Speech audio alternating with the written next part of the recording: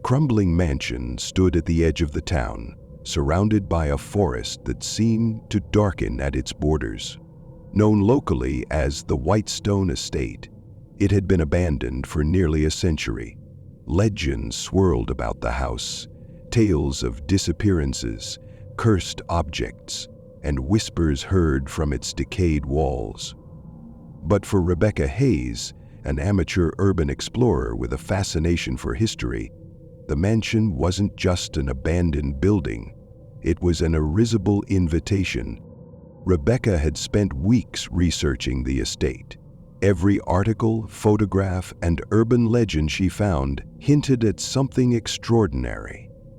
There was no record of why the family who lived there had vanished, or why the townspeople avoided it as though it were a plague site. The mansion was a black hole in history, and Rebecca's curiosity pulled her inexorably toward it. On a cloudy autumn morning, Rebecca packed her gear, a flashlight, a camera, a notebook, and her courage. As she approached the estate, the forest seemed to thicken unnaturally. The once clear path became twisted with roots and fallen branches, as if nature itself sought to guard the mansion from intruders. The air grew heavy with an earthy musk, the kind that lingered in places forgotten by time. Finally, the mansion loomed before her. Its facade was a haunting blend of grandeur and decay. Ivy choked its walls, windows gaped like black, empty eyes, and the front door hung ajar, creaking softly in the wind. Rebecca hesitated for the briefest moment, a shiver rippling through her as though the house exhaled. And welcome, or warning. Inside, the air was colder, as though the house itself had been trapped in a perpetual chill. Rebecca's boots echoed ominously against the cracked marble floor. Dust motes swirled in the light streaming through the broken windows, giving the place an almost ethereal glow. She began to document her surroundings. A massive chandelier hung precariously above the grand foyer, its crystals dulled by grime. A staircase spiraled upward, its banisters splintered and rotted. Every room she entered told a fragment of a story. A child's toy left mid-play, a table set for dinner with plates cracked and faded, and portraits whose faces seemed to watch her as she moved. Reba was enraptured. It was as if time had paused, leaving the lives of the previous inhabitants frozen in this eerie tableau. As she ventured deeper, the atmosphere began to shift. A soft, almost imperceptible whisper echoed through the halls. She paused, straining to hear, but the sound vanished as quickly as it had come. Shrugging it off, she continued, entering what appeared to be a library. The room was expansive, lined floor to ceiling with bookshelves, their contents warped with age. Rebecca felt a draft and turned to see a single book lying on a table, perfectly preserved amidst the decay. Its leather cover was embossed with a strange sigil she didn't recognize. As she reached out to touch it, the whisper returned, this time louder, unmistakable. It wasn't just one voice, but a chorus, murmuring unintelligibly. Her flashlight flickered, and she felt a sudden icy breeze at her back. Spinning around, she saw nothing but the shadows that stretched and writhed like living things. Heart racing, Rebecca grabbed the book and left the library, the whispers trailing her as though the house itself resented her intrusion. The further she explored, the more the house seemed to come alive. Objects were out of place when she returned to rooms she had previously visited. Doors slammed shut of their own accord. In one room, a mirror reflected not her own image, but that of a woman in period clothing, standing silently before disappearing, as though she had never been there. But she soon found herself hesitating to pass by the room. Rebecca's camera captured fleeting glimpses of movement, shadows darting just out of frame, faces half-formed in the grime on the windows. She began to feel the weight of the mansion's history pressing down on her, a palpable force that seemed to seep into her very bones. In the basement, she found a locked door, its surface marred with deep scratches, as though something, or someone, had desperately tried to claw their way out. With trembling hands, Rebecca picked the lock and opened the door. The room was a chamber of horrors. Chains hung from the walls, and the air was thick with the stench of decay.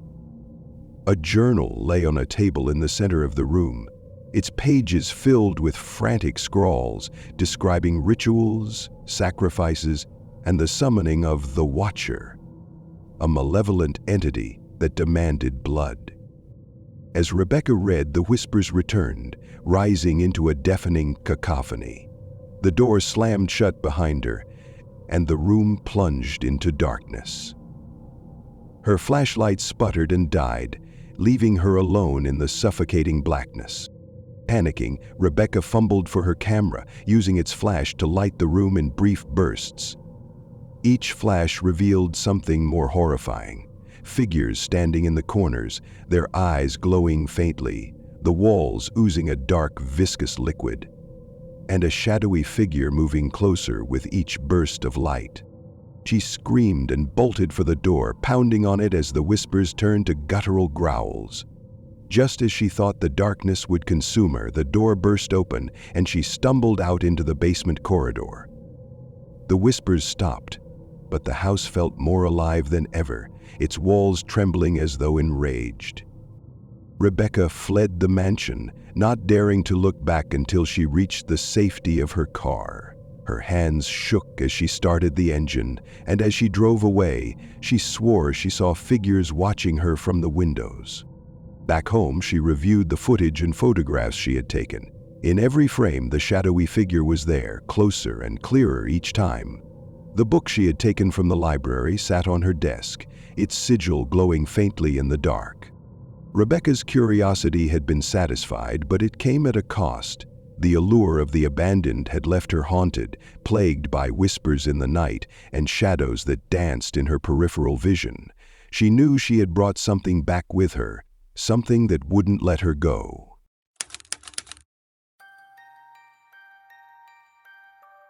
Unlike the aimless wanderlust of other explorers, Thomas Garrett's journey into the abandoned Linwood Asylum was no coincidence.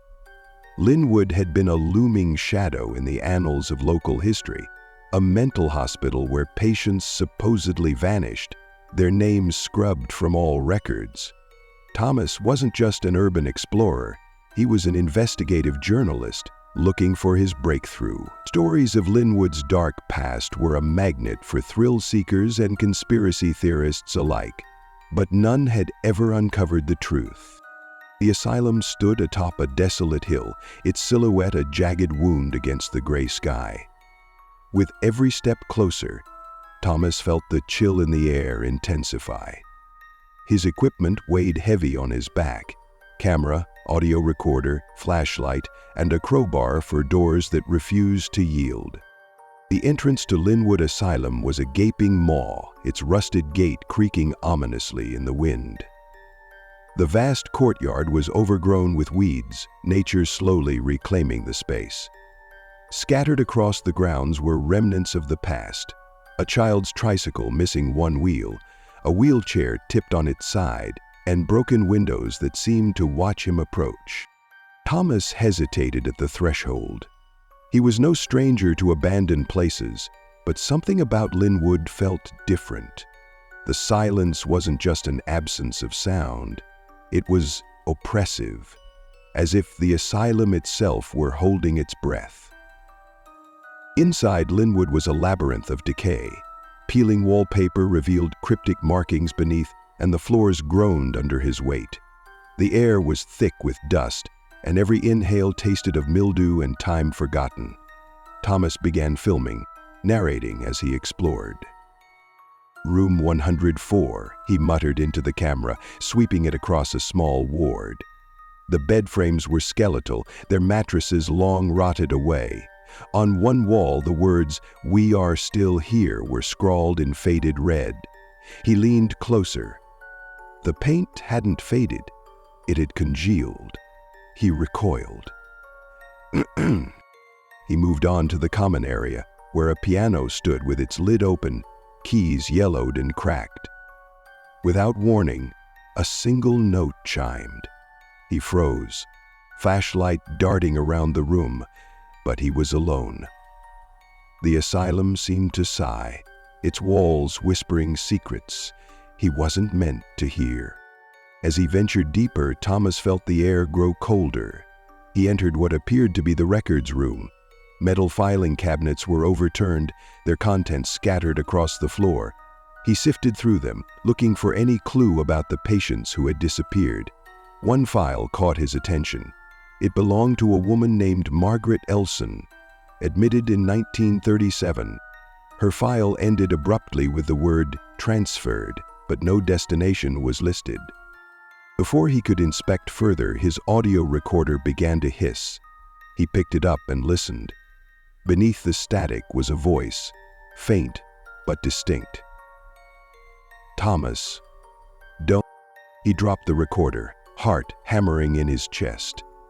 Gathering his composure, he convinced himself it was a trick of the equipment. Yet, as he left the room, he couldn't shake the feeling of eyes boring into his back. The operating theater was the epicenter of Linwood's horrors. Rusted surgical tools lay scattered across blood-stained tables, and overhead, a single light flickered erratically. Thomas's flashlight illuminated rows of seats where spectators once watched procedures. If they could even be called that.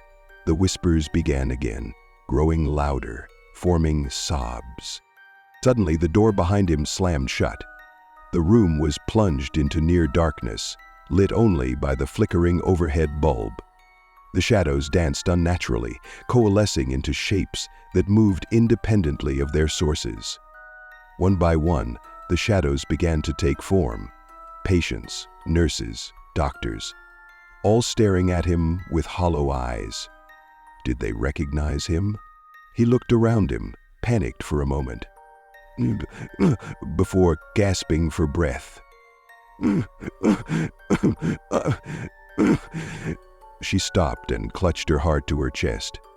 All so-called promoting calmness, study deciphered sentences. Patients due to be taken for surgery, potential for the health and well-being of the patient. Pressures, elders. All felt to relieve expectantly. He backed into the surgical table, knocking a scalpel to the floor. The clatter broke the silence and the figures dissipated, leaving only their lingering presence. Breathing heavily, Thomas forced himself to move, every step feeling as though he were walking against a tide of malevolence. In the administration wing, Thomas discovered a reel-to-reel tape recorder.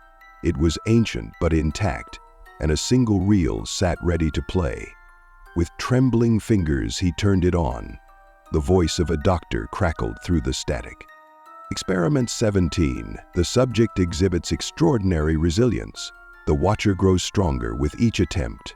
The bond between them is unbreakable. The recording ended abruptly with a blood-curdling scream, followed by silence. Thomas rewound the tape and played it again, but this time, it was different. Panic surged through him. How did the asylum know his name? Thomas decided it was time to leave. As he retraced his steps, the asylum seemed to twist around him. Hallways stretched unnaturally long, and doors led to places they hadn't before. His flashlight dimmed, and shadows seemed to crawl toward him. The whispers rose to a crescendo, accompanied by footsteps that weren't his own. In the reflection of a broken mirror, he saw them, figures dressed in patient gowns, their faces obscured by darkness. They reached for him, their movements jerky and unnatural. He ran, his breath ragged, the asylum's layout shifting like a living maze. The piano from the common room played again, this time a haunting melody that seemed to echo in his skull. He turned a corner and collided with a figure in a doctor's coat, its face a swirling void. The entity reached for him, its touch freezing his arm.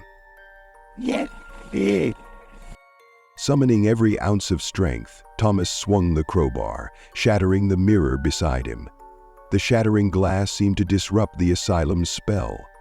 The whispers stopped, and the shadows receded. Thomas stumbled out of the asylum as dawn broke, collapsing onto the cold ground. When he reviewed his footage later, it was nearly unusable. Every frame was distorted, the audio a cacophony of screams and growls. The reel he had taken from the recorder was blank, but the asylum hadn't let him go unscathed. Every night, Thomas dreamt of Linwood, of the void-faced doctor and the chorus of whispers. Shadows moved in his apartment, and strange symbols appeared on his walls, only to vanish by morning. Linwood had marked him, and deep down he knew he would return, not by choice, but because the unseen would call him back. End of preface. Respite for Justice, Garrett Scott, The Acclaimed.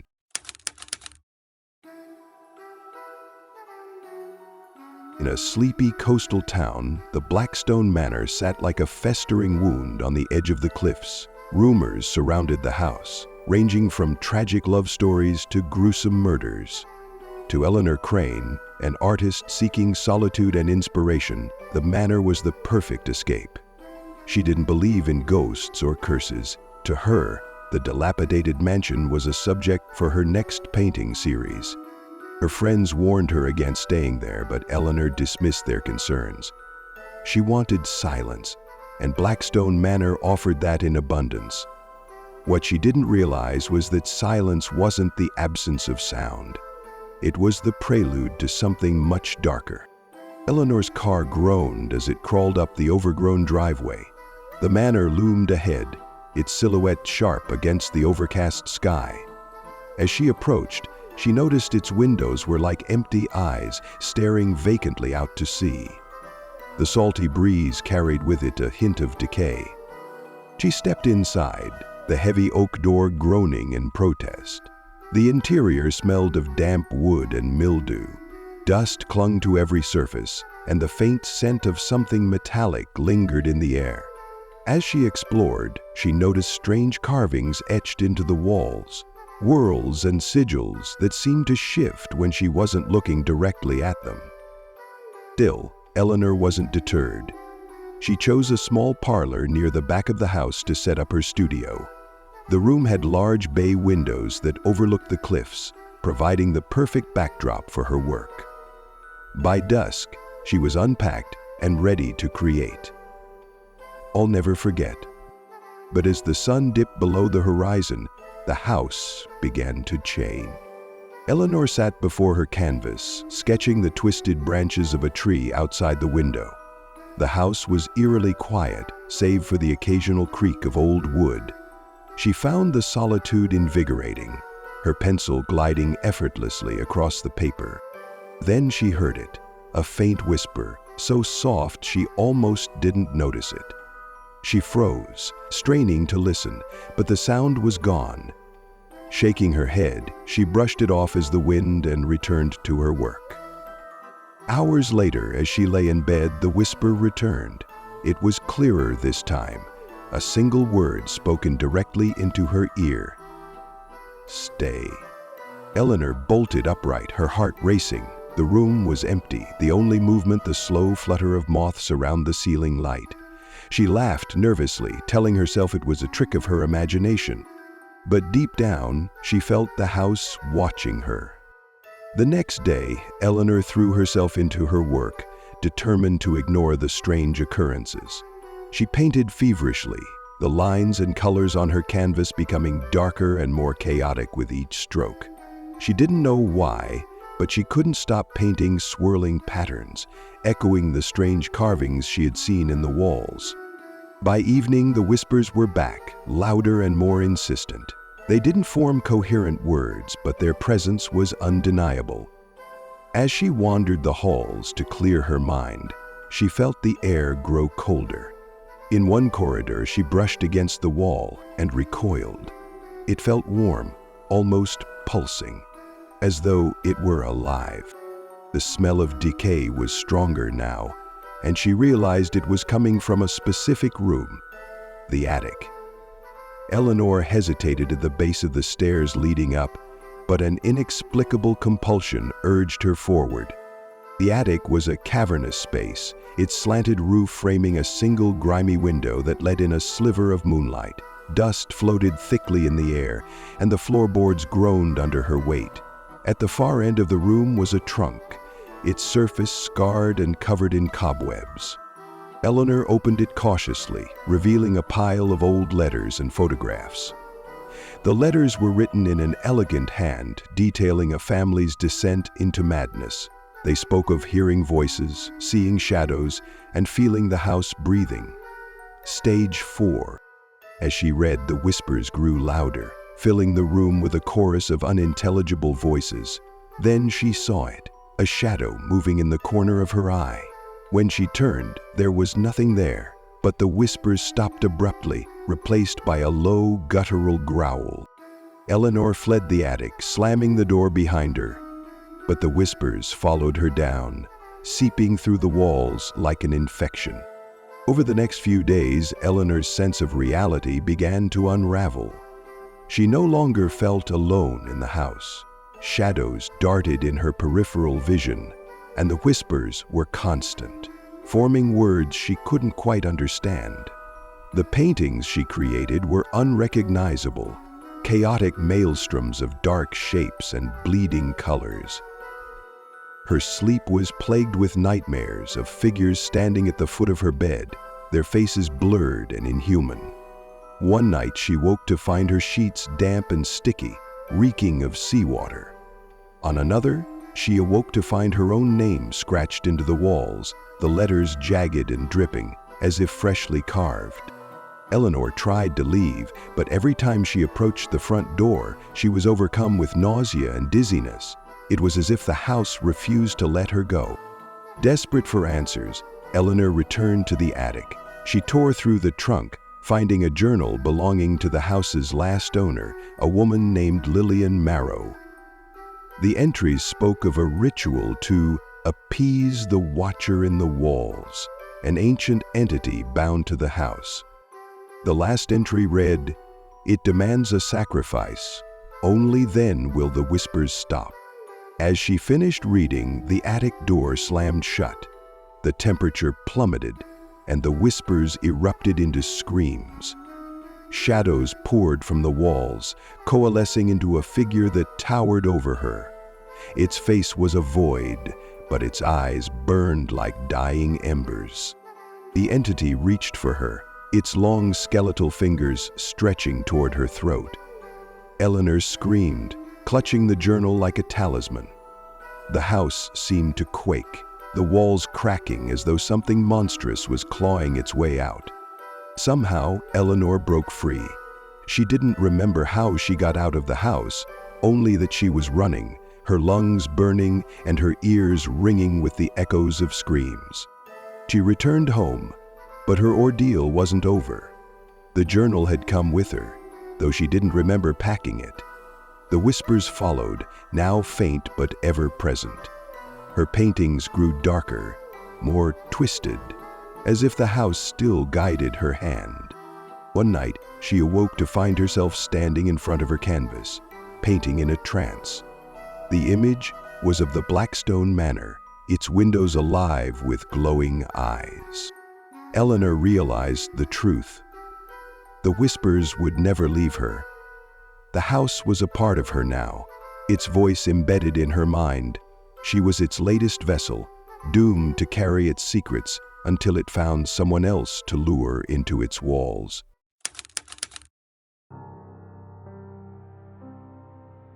The old Crawford Manor was a crumbling relic of the town's once prosperous past. It sat at the end of a winding dirt road, hidden by dense woods and draped in a perpetual fog. For decades it had stood unoccupied, yet townsfolk spoke of it as though it were alive. Whispers of strange lights and muffled voices drifting from its empty halls kept most people away. For Liam Grayson, Crawford Manor wasn't just an abandoned house. It was part of his family's dark legacy. His great-grandfather, Horace Crawford, had built the mansion, only to vanish under mysterious circumstances. Liam had always felt a strange pull toward the place, a need to uncover its secrets. When he inherited the property after the death of his estranged uncle, Liam saw it as an opportunity to reclaim his family's history, or bury it once and for all.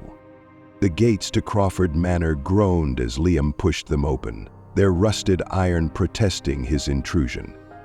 The driveway was overgrown, the cobblestones barely visible beneath years of neglect.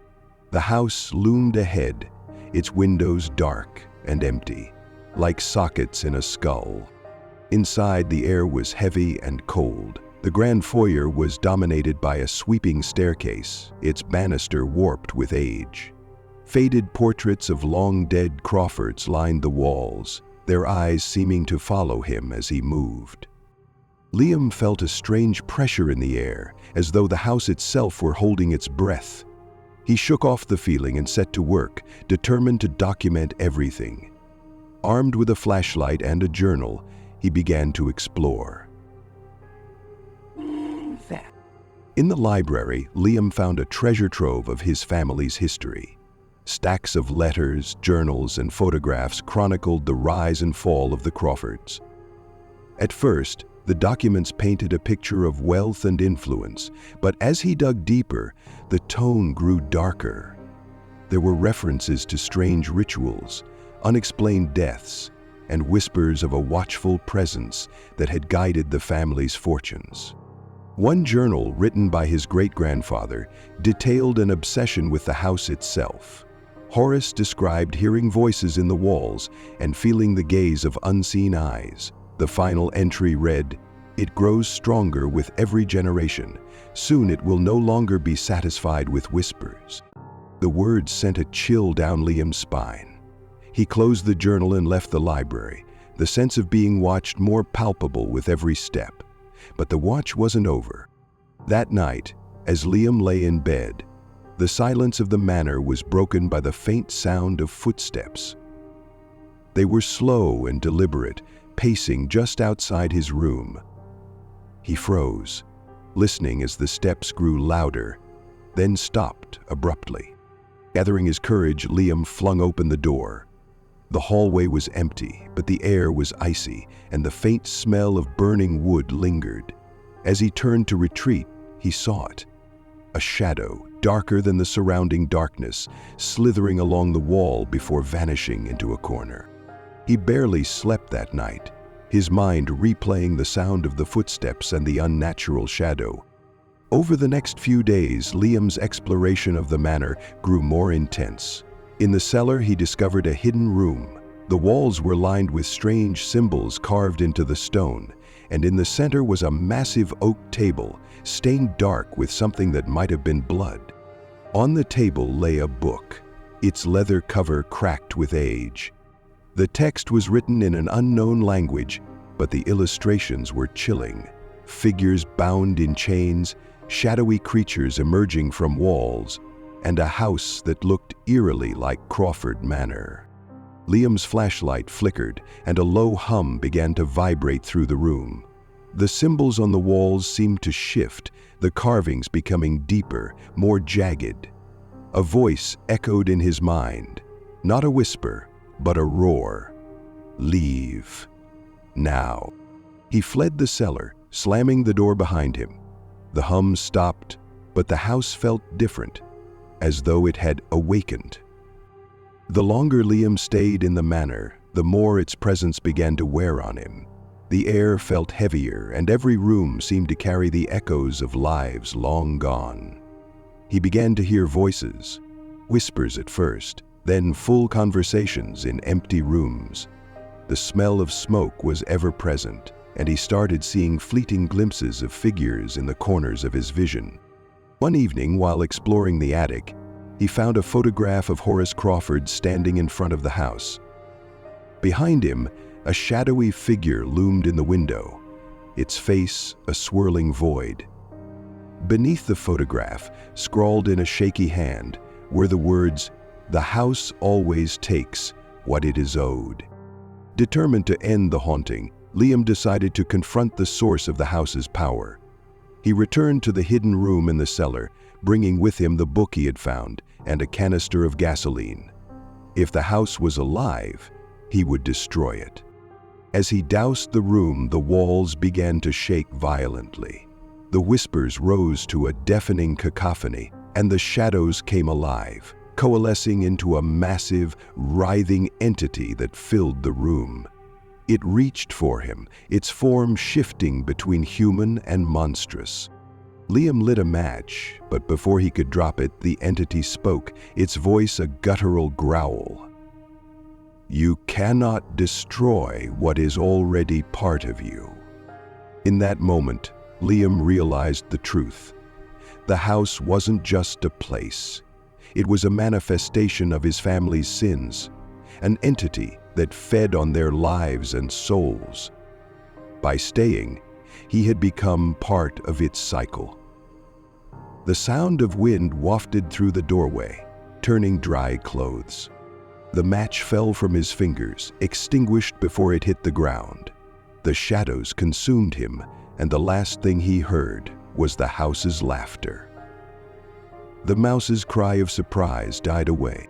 Months later, Crawford Manor stood as it always had, silent and foreboding. The townspeople noticed a light flickering in one of the windows, but none dared approach. The whispers of the house continued, carrying the voice of its newest inhabitant. Liam was now part of the manor's legacy, another ghost in its walls, waiting for the next Crawford to return and take their place in the cycle of horror. As darkness fell, Liam stepped into the hallway and disappeared.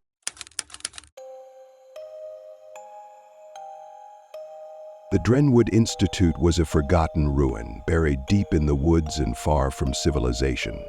It had once been a facility for the criminally insane, but decades of abuse and malpractice had left it abandoned and shrouded in infamy. For as long as anyone could remember, the place was cursed. Those who ventured near never returned unchanged. For Simon Everett, a paranormal investigator chasing his next big story, the Institute was a challenge he couldn't resist. The rumors of horrific experiments and supernatural phenomena were too compelling to ignore. But Simon wasn't just seeking fame. He was running from the ghosts of his own past, hoping the horrors of the Institute might drown out his own demons. Armed with cameras, recording equipment, and an unshakable curiosity, Simon prepared to face the unknown. The trek to the Drenwood Institute was grueling. Thick underbrush tore at Simon's clothes, and the air grew colder the deeper he ventured into the forest. By the time he reached the crumbling building, the sun had set, leaving the woods bathed in twilight. The Institute loomed ahead, its facade cracked and weathered. Vines crawled up its walls, and its windows gaped like dark, accusing eyes. The air felt heavy, as though the building itself exhaled a low, mournful sigh. Simon hesitated at the entrance, feeling a gnawing sense of unease. In mind, as he stepped inside, the temperature plummeted. The air smelled of mildew and something faintly metallic. The floorboards creaked under his boots, and the sound echoed through the hollow halls. Simon activated his equipment and began documenting his exploration. The interior of the Institute was a labyrinth of decay. Doors hung from their hinges, and faded graffiti covered the walls. In one hallway, a wheelchair sat abandoned, its wheels locked in place as though frozen mid-motion. The light from Simon's flashlight revealed dark stains on the floor, and the sound of distant dripping water echoed through the silence. It wasn't long before Simon noticed the strange acoustics of the building. His footsteps seemed to reverberate unnaturally, and every sound carried a sinister undertone, as though the walls themselves were alive and listening. In the main hall, Simon found a rusted gurney tipped on its side. The leather straps were still intact, and the sight sent a shiver down his spine. He moved on, documenting every eerie detail, but the sensation of being watched grew stronger with each step. Simon's camera caught the first anomaly in the Institute's East Wing. He had set it up on a tripod while investigating what appeared to be an old therapy room. The air was stifling, and his audio recorder picked up faint whispers just on the edge of comprehension. As he reviewed the footage, Simon noticed a shadow dart across the room, swift and inhuman. It was followed by the faint sound of laughter, high-pitched and mocking. He whipped his flashlight around, but the room was empty. Determined to capture more evidence, Simon pressed on. He entered what appeared to be a records room. Papers were strewn across the floor, many of them yellowed and brittle with age. One folder caught his attention. It contained a list of patients whose names had been hastily crossed out. In bold letters across the top, the file read, "Project Threshold." End of book. Before he could examine it further, the door slammed shut. The sound was deafening and Simon's flashlight flickered violently. He heard the whispers again, louder now, forming words, "Turn back." The deeper Simon ventured into the Institute, the more its secrets began to reveal themselves. He discovered a hidden staircase leading to a sub-basement. The walls were lined with strange markings, spirals, runes, and symbols that seemed to pulsate faintly under his flashlight. The basement was a sprawling network of rooms, many of them filled with rusted equipment and broken furniture. In one corner, Simon found an operating table, surrounded by chains hanging from the ceiling. The walls were smeared with something dark, and the faint smell of sulfur hung in the air. On a nearby desk, he found a journal belonging to one of the doctors. The entries detailed experiments conducted on the patients, attempting to pierce the veil between life and death. The last entry read, "We succeeded, but at what cost? The threshold is open, and it hungers." As Simon read the journal, he heard a low, guttural growl. The sound reverberated through the basement, shaking the very walls. He turned, his flashlight illuminating a shadow that stretched impossibly long, slithering across the floor toward him. The room grew darker, the light from his flashlight swallowed by the encroaching shadow. A figure began to emerge from the darkness, a humanoid shape, its face a void, its limbs elongated and wrong. The whispers returned, now a cacophony of voices screaming in agony and rage. Simon ran, his breath ragged, the shadows chasing him through the narrow corridors. The symbols on the walls seemed to glow and the air grew thicker, making it harder to breathe. He stumbled into a room and slammed the door shut, but the whispers seeped through the cracks. In the center of the room was a large circular seal carved into the floor. It was identical to the symbols he had seen throughout the Institute. At its center lay a pile of bones, bleached white and arranged in a grotesque spiral. Simon realized too late that he had entered the heart of the Institute's darkness. The whispers coalesced into a single voice, deep and commanding. "You have crossed the threshold. There is no return." The walls began to bleed darkness, and the shadows formed into figures. Patients, doctors, and something far worse. They moved toward him, their faces twisted with anguish and malice. Simon tried to escape, but the seal on the floor erupted with light, and he was pulled into its blinding glow.